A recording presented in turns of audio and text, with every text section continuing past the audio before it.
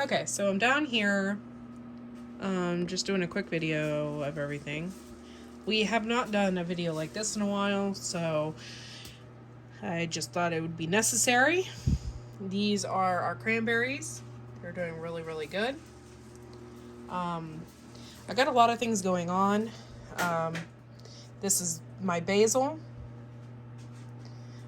These are lunchbox peppers. These came with the cranberries. These are willow something or another shrubs. So we got to plant those outside. Nasturtium. This over here is zinnias. And these are all backwards, so sorry. This is sage. I've never grown sage before, so this is the first time growing broadleaf sage, and I wanted to actually make my own smudge sticks, so that's why I did that.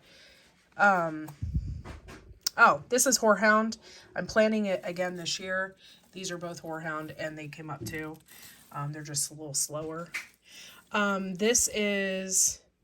Oh, I've never planted hyssop before, so that's what this is as well, is hyssop.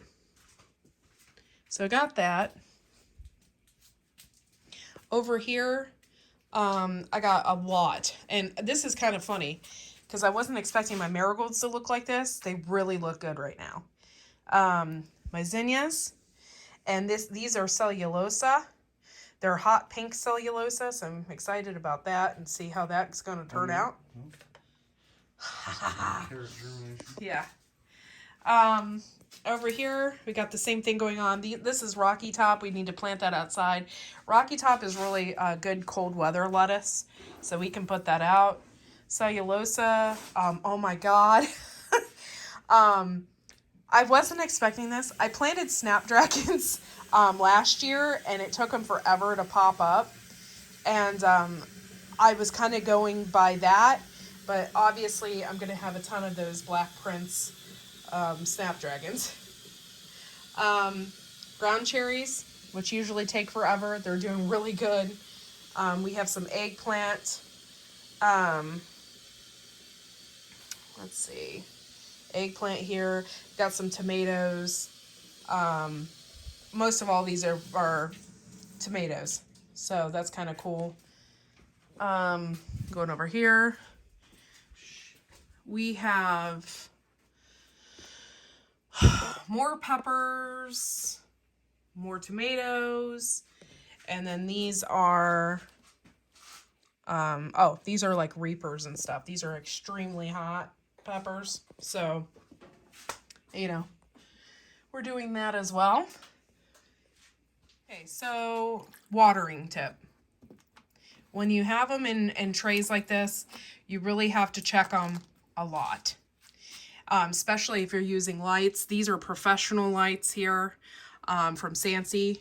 And so you just have to really check on them every day.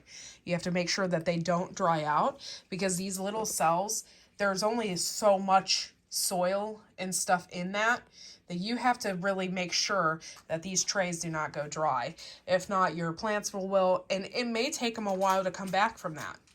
So you really have to check, and the best way to check if they're in these cells is to lift one of these out and look at the water, and then check with your finger too. Just like poke around in here and check and see if the soil is damp. If it's damp, more than likely you don't need to water. So you want to also avoid over watering. So you just check with your finger. If it's damp, then you're good to go. If it's super dry, and you'll be able to tell if it's super dry, then you definitely want to give it more water. I always put directly in the bottom of this tray, and and bottom water, and then they'll feed up through the cells. So that's probably the best water tip that I can give you. And every year somebody freaks out. Am I overwatering? Why am my plants wilting? I don't understand. It's just probably as simple as watering them. And so it's not that complicated. When they're dry, you water them. And yeah, that's how that goes. It's kind of a fine line because you want them to dry out a little bit, but you don't want them to get too dry. It's like, it's good for the plants not to be sitting in completely moist soil all the time. So it's been 3 days since I've watered, so I'm going to go ahead and water.